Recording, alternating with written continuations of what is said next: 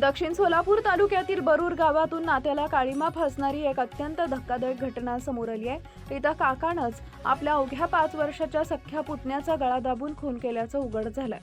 समर्थ यल्लाप्पा कास्तार असं मृत चिमुरड्याचं नाव आहे। या क्रूर कृत्याप्रकरणी संशयित आरोपी काका अंकुश परसप्पा कास्तार याच्या विरोधात मंद्रू पोलीस ठाण्यात खुनाचा गुन्हा दाखल करण्यात आला असून पोलिसांनी त्याला बेड्या ठोकले।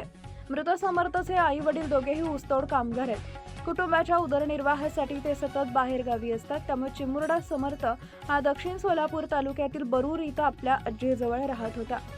4 जून रोजी दुपारी 1 वाजण्याच्या सुमारास समर्थ हा मी खेळायला जातो असं आजीला सांगून घराबाहेर पडला। समर्थ घरातून बाहेर पडल्यानंतर काही वेळानं त्याचा काका अंकुश कास्तार हा त्याला बेशुद्ध अवस्थेत कडेवर घेऊन घरी आला। समर्थ खेळताना घराच्या पत्र्यावरून खाली पडला आणि त्यामुळे तो बेशुद्ध झाला असा बनाव नराधम अंकुशनं कुटुंबियांसमोर केला। समर्थच्या नातेवाईकांनी काकाच्या बोलण्यावर विश्वास ठेवत कोणतीही शंका न घेता त्याला तात्काळ उपचारासाठी एका खासगी रुग्णालयात दाखल केले। मात्र डॉक्टरांनी तपासणीअंती समर्थचा उपचारापूर्वीच मृत्यू झाल्याचं घोषित केले।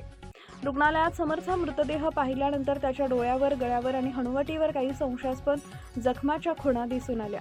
यामुळे घातपाताचा संशय बळावल्यानं पोलिसांच्या उपस्थितीत मृतदेहाचं शवविच्छेदन करण्यात आले।